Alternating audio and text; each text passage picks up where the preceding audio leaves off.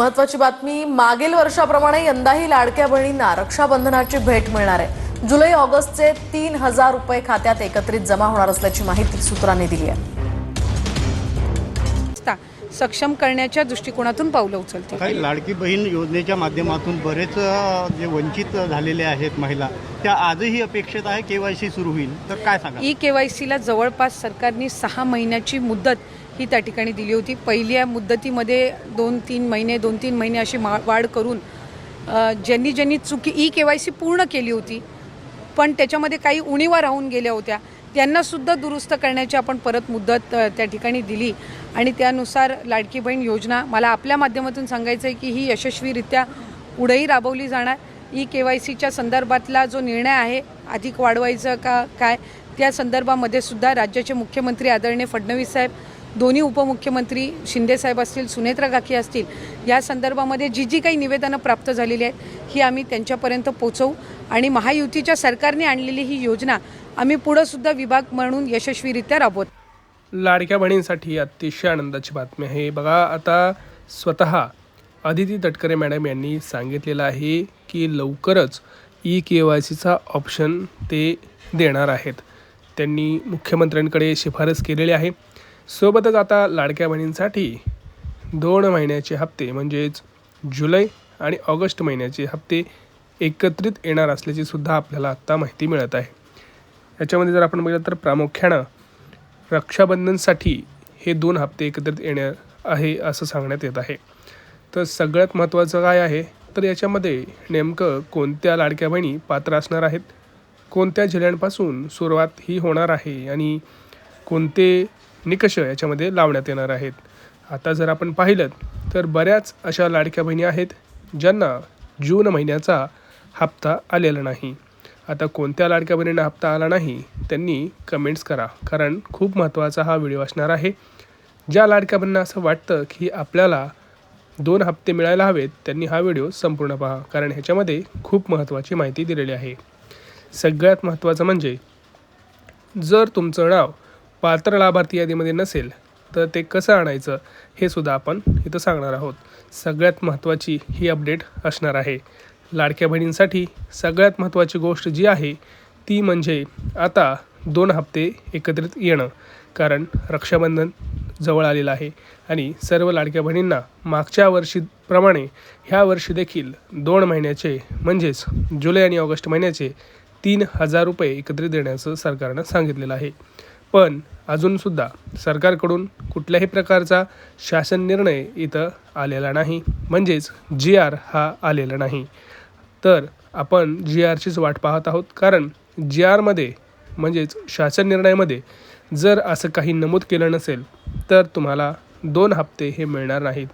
बऱ्याच ठिकाणी असं सुद्धा सांगितलं जात आहे की 2 हप्ते हे 2100 रुपयेप्रमाणे येणार आहेत, पण खरं मात्र हे वेगळंच आहे। कारण 2100 रुपये होणार हे सरकारनं सांगितलं नक्की होतं, पण त्यांनी अजून ते अंमलात आणलेलं नाही। तर जोपर्यंत शासन निर्णयानुसार हा निर्णय घेण्यात येत नाही तोपर्यंत लाडक्या बहिणींना 2100 रुपये हे मिळणार नाहीत, हे सुद्धा तुम्ही लक्षात ठेवा। त्यामुळं सध्या जरी आपण पाहिलं तर तुम्हाला 1500 रुपयेच मिळतील असं आपल्याला म्हणता येईल। तरी देखील आपल्याला माहिती आहे की एकाच घरात 2 लाडक्या बहिणी पात्र असतात, त्यामुळे प्रत्येकी एका घरात आता जर आपण पाहिलं तर रक्षाबंधनपूर्वी 6000 रुपये हे जमा होतील।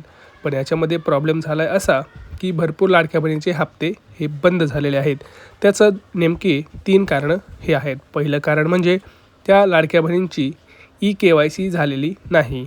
आता केवायसी संदर्भात स्वतः अदिती तटकरे मॅडम यांनी सरकारकडेच म्हणजेच मुख्यमंत्र्यांकडे निवेदनं दिलेले आहेत। ते लवकरच केवायसी सुरू करणार आहेत।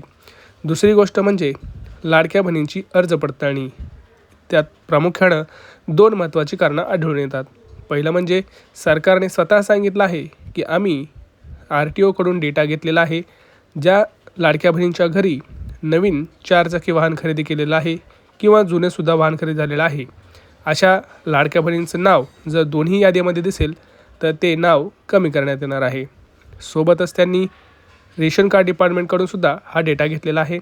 एका कुटुंबात 2पेक्षा जास्त लाडक्या बहिणींनी जर लाभ घेतला असेल तर अशा लाडक्या बहिणींना सुद्धा नाव कमी करण्यात आलेलं आहे. तर सगळ्यात महत्त्वाची बातमी म्हणजे तिसरी म्हणजे इन्कम टॅक्स. इन्कम टॅक्स भरपूर लाडक्या बहिणींनी भरलेला आहे. तुम्हाला माहितीच आहे 31 जुलै ही शेवटची तारीख होती. त्याच्यामध्ये सरकारला असं लक्षात आलं आहे की भरपूर जणांनी इन्कम टॅक्स भरलेला आहे. याचा अर्थ त्यांचं उत्पन्न हे 2.5 लाखाच्या वरती आहे. तुम्हाला तर सगळ्यांना माहितीच आहे.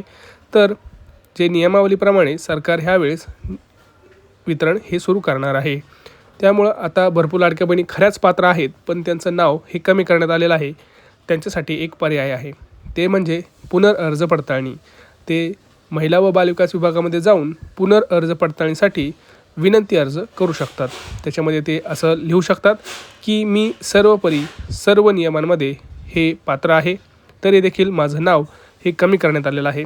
तर तुम्ही कृपया करून माझी पुन्हा एकदा अर्ज पडताळणी करून मला पात्र करावा. त्या फॉर्मचं नाव आहे लाडकी बहीण योजना चालू करणेबाबत. लक्षात घ्या, पुन्हा एकदा मी सांगतो आहे, त्या फॉर्मचं नाव आहे, त्या विषयाचं फॉर्ममध्ये जो एक विषय असतो त्या विषयाचं नाव आहे लाडकी बहीण योजना चालू करणेबाबत. हा फॉर्म तुम्हाला महिला व बालविकास विभागामध्ये तुमच्या तालुक्याच्या ठिकाणी मिळेल, किंवा जर तुमच्या जवळच्या अंगणवाडीत भेटला तर अगदीच चांगलं. सोबत तुम्हाला काही डॉक्युमेंट द्यावे लागतील, जसं की आधार कार्ड असेल, तुमची सही करावी लागेल, आणि तुमचा अर्ज जो आहे अर्ज क्रमांक लाडकी बहीण योजनेचा तो अर्ज क्रमांकसुद्धा तुम्हाला टाकावा लागेल. आता बऱ्याच लाडक्या बहिणी विचारतात कोणत्या जिल्ह्यांपासून हे सुरुवात होणार आहे आणि कोणत्या बँकेत पैसे पडतील. आपण जर प्रामुख्याने पाहिलं सगळ्यात अगोदर सरकारी बँकेमध्ये पैसे पडतात. त्याच्या खालोखाल आपल्याला माहितीच आहे पोस्टामध्ये पैसे पडतात. त्यानंतर प्रायव्हेट बँकांमध्ये पैसे येतात. आता आपण जर पाहिलं तर कोणत्या जिल्ह्यांपासून सुरुवात होणार, सगळ्यात महत्त्वाचं म्हणजे ज्या जिल्ह्यांमध्ये लाडक्या बहिणींची संख्या जास्त आहे, ज्या जिल्ह्यामध्ये जास्त पात्र लाभार्थी लाडक्या बहिणी आहेत, अशा जिल्ह्यांपासून सुरुवात होणार आहे. तर अशा काही जिल्ह्यांची नावं जर आपण पाहिलीत तर ते असे आहेत की पुणे, मुंबई, ठाणे, धुळे, जालना, अमरावती, सोलापूर अशा काही महत्त्वाच्या जिल्ह्यांपासून ही सुरुवात होऊ शकते. मग आज पैसे येणार का? तर नाही, आज पैसे येणार नाहीत, कारण आज कुठल्याही प्रकारचा हा GR आलेला नाही. आता आपण जर पाहिलं तर रविवार आहे, रविवारी कुठल्याही प्रकारचा तिथं घडामोडी होत नाहीत. सोमवारी ही तारीख खूप महत्त्वाची असणार आहे. सोमवारची तारीख ठरवेल की तुम्हाला कधी पैसे मिळणार आहेत, कारण GR आल्यानंतर 2 ते 3 दिवसांनी वाटप हे होत असतं, तुम्हाला सगळ्यांना माहिती आहे. तर GR अजून आलेलं नाही. तोपर्यंत माझी सरकारकडे एक नम्र विनंती आहे की EKYCचं पोर्टल तुम्ही आजच सुरू करा, म्हणजे 7 ते 8 दिवसामध्ये ज्या लाडक्या बहिणी आहेत ते EKYC पूर्ण करतील आणि त्यासुद्धा पात्र लाभार्थीमध्ये येऊ शकतील आणि त्यांच्यासुद्धा चेहऱ्यावरती एक हसू येईल. आणि रक्षाबंधनचे ह्या भावांकडून हीच ओवाळणी त्यांना असू शकते. त्यामुळं सगळ्यांनी कमेंट्स करा, तुम्हाला काय वाटतं, चॅनलला सपोर्ट करा, चॅनलला सबस्क्राईब करा आणि बघा तुम्ही कमेंट्स करा तुम्हाला पैसे आलेत का, जून हप्त्याचे EKYC झाले आहे का, EKYC सुरू करायला हवी आहे का नको. जोपर्यंत तुम्ही बोलणार नाहीत तोपर्यंत सरकारपर्यंत कुठल्याही प्रकारची माहिती समजणार नाही. त्यामुळे चॅनलला सबस्क्राईब करा, कमेंट करा. भेटूया पुढच्या व्हिडिओमध्ये. तोपर्यंत जय महाराष्ट्र.